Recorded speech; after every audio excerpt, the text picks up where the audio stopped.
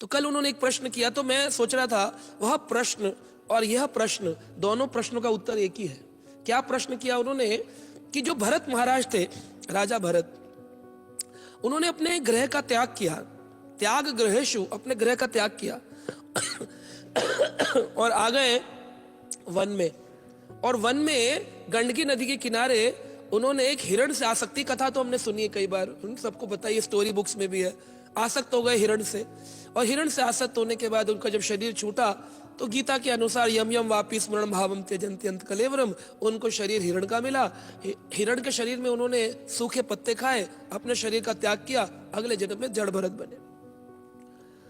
तो ये जो आचार्यगण कहते हैं कि भाव के स्तर पर थे, तो उनका पतन कैसे हो गया? श्रद्धा, साधु संग, भजन क्रिया, अनर्थ निवृत्ति, निष्ठा, आसक्ति, भाव, रुचि, आसक्ति, भाव, प्रेम, 9 सीढ़ियों में भाव की स्थिति तक पहुंचने के बाद पतन कैसे हो गया?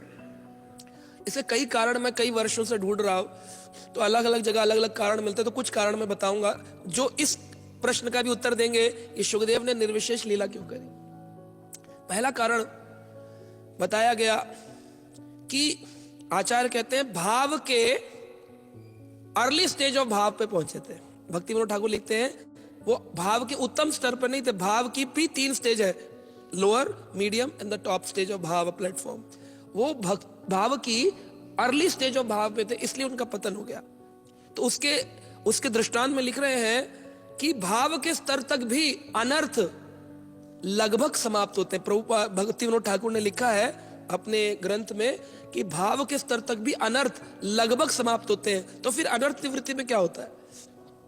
अनर्थ निवृत्ति में एक बहुत बड़ा बंडल ऑफ चंक ऑफ पाप अनर्थ खत्म होता है, लेकिन कुछ कुछ अनर्थ रिमेन्स होते हैं। कौन से अनर्थ? एक्सटर्नल खत्म हो जाएंगे, इंटरनल अनर्थ बचते हैं। जैसे हमने कहा मान सम्मान पाने की अभिलाषा, तो इसको कूटी नाटी विचारधारा, पॉलिटिक्स करना, ये विचार मन के हैं और वो रह जाते हैं। और वो भाव के स्तर पर जाके जब मध्यम स्तर भाव का आएगा तब वो समाप्त होते हैं, लेकिन अर्ली स्टेज ऑफ भाव तक लगभग अनर्थ रहते हैं। अपराध तो बंद होते हैं लेकिन अनर्थ रहते हैं।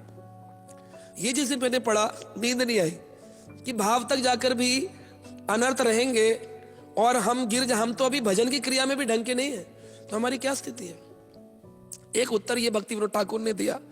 दूसरा उत्तर लोग कहते हैं कि कैसे हम ये माने कि वो भरत महाराज जो इतने वैरागी त्यागी हैं, क्या उनको नहीं पता था हिरण से आसक्त नहीं होना है?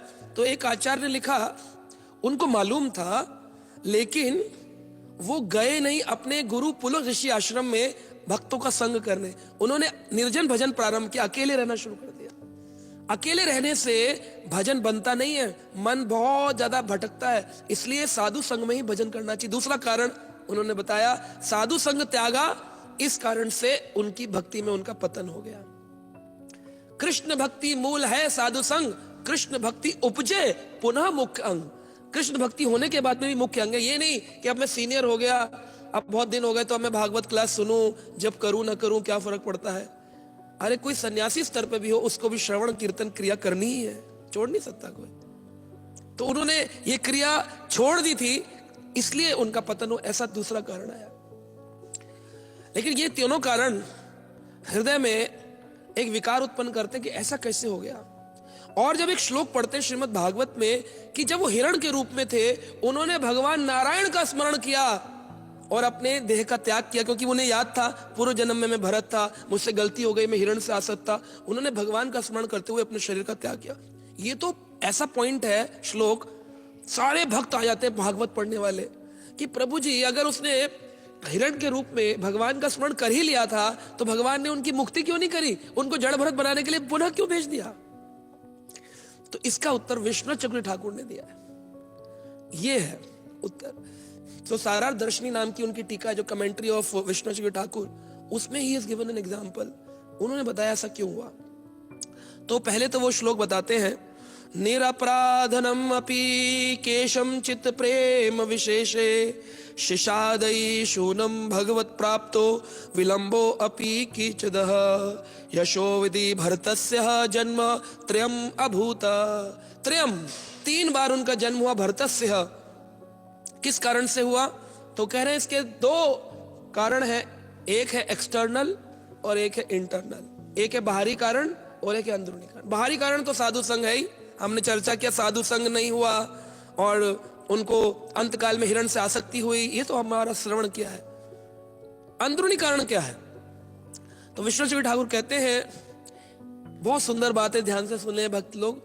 प्रारब्ध ही द्विम विधम, सुना है आपने कभी?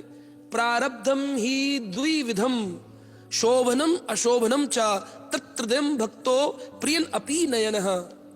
इसमें कहे प्रारब्ध जो होता है ना, पूर्व जन्म का कर्म का फल, वो दो प्रकार का होता है। प्रारब्धम ही द्विविधम, दो प्रकार की विधा है, शोभनम अशोभनम चा, ऑस्पिशियस एंड इनऑस्पिशियस प्रारब्ध। इनऑस्पिशियस प्रारब्ध तो आप जानते ही हैं, बुरे किए का बुरा फल मिलता है, अच्छे किए का अच्छा फल मिलता है। आदमी कहता है दुख मिल रहे, प्रारब्ध है, प्रारब्ध है, पूर्व जन्मों का कर्म, ये बड़ा कॉमन लैंग्वेज है।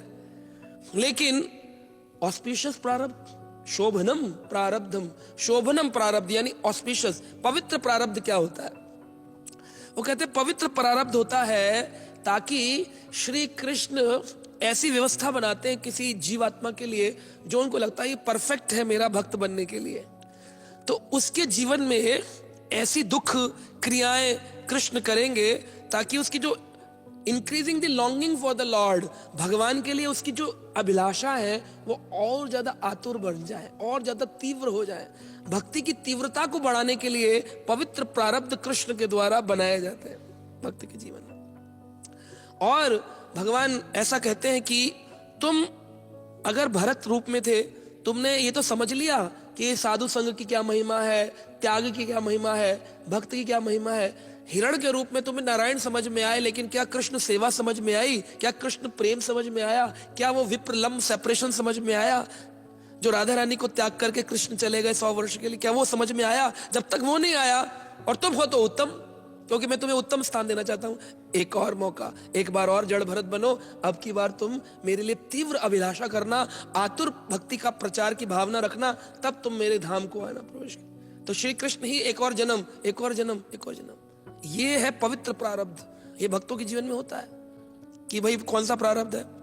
तो इसको विश्वनाथ ठाकुर ने छाया प्रारब्ध या दिखावा कहा है, द सेम्बलेंस ऑफ द प्रारब्ध। सेम्बलेंस यानी कि दी छाया, या फिर ओनली एक्सटर्नली दिख रहा है, सेम्बलेंस है नहीं, लेकिन लग रहा है कि प्रारब्ध है। अरे हिरण के रूप में देखो, उनको प्रारब्ध के कारण अगला शरीर लेना पड़ा, प्रारब्ध नहीं है, छाया प्रारब्ध है, सेम्बलेंस ऑफ द प्रारब्ध, ऐसा विष्णु ठाकुर ने वर्णन किया। तो किंग भरत जो थे, भरत महाराज, उन्होंने अगर प्रारब्ध होता तो इसको व्याख्यान कर रहे हैं विष्णु ठाकुर, अगर ये अपवित्र प्रारब्ध होता, इनऑस्पिशियस प्रारब्ध होता, कर्म का प्रारब्ध होता, तो उनका हृदय इतनी आसानी से अपने पुत्रों का त्याग कैसे करता? भरत महाराज ने 50 वर्ष की आयु में ही दुस्तज्य हृदय अभिजातस्य, अपने हृदय के नजदीक अपने पुत्रों को दुस्तज्य, एक व्यक्ति के लिए अपने पुत्र का त्याग बहुत मुश्किल होता है। अगर वो कर दे तो उसने बहुत बड़ी पहले ही भक्ति प्राप्त कर ली। दुस्तज्य बोला है, अपने पुत्र पुत्री का त्याग, दुस्तज्य हृदय अभिजातस्य, हृदय के नजदीक जो हो उसका त्याग बहुत मुश्किल है। लेकिन भरत महाराज पहले अपने पुत्रों का त्याग करके जंगल में आए, तो इसका मतलब वो जीवन मुक्त थे।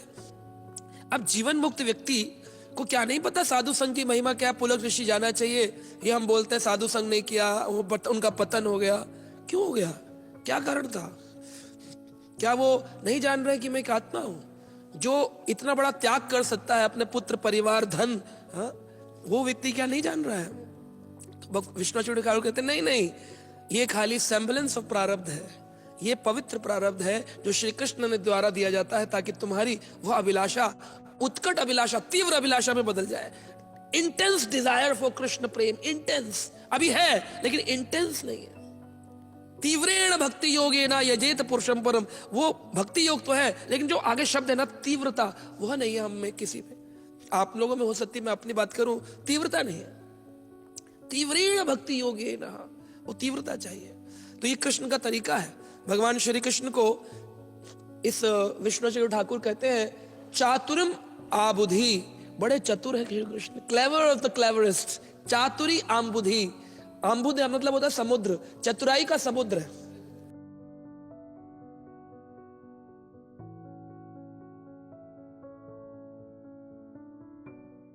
Subscribe now and press the bell icon. Never miss an update.